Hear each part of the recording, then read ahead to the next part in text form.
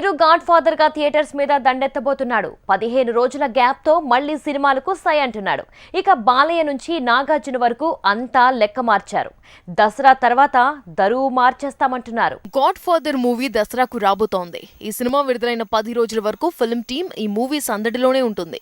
కాబట్టి ఈ నెల 15 తర్వాతే చిరు వాల్తేర్ వీరయ్య షూటింగ్ లో జాయిన్ అవుతాడట. గోపీచంద్ మలినేని మేకింగ్ లో బాలయ్య చేస్తున్న సినిమా పూర్తి కావచ్చిందట. వెంకీ లాస్ట్ టైం F3తో దాడి చేశాడు. హిట్ మెట్టెక్కాడు. ఇప్పుడు వెబ్ సిరీస్ తో బిజీ అవుతున్నాడు. మొన్నే సల్మాన్ మూవీ కిసీకా బాయ్ కిసీకా జాన్ షూటింగ్ పూర్తి చేసిన వెంకీ వెంటనే ఓరిదేవుడోలో తన పాత్ర తాలూకు షూటింగ్ పూర్తి చేశాడు. ఇప్పుడు రానా నాయుడుతో దండెత్తాడు. కింగ్ నాగార్జున ది గోస్ట్ దసరాకు రాబోతోంది. ఈ ఏడాదికి నాకి ఇదే చివరి మూవీ. తను జనవరి 12 కొత్త సినిమాకు సై అంటాడట.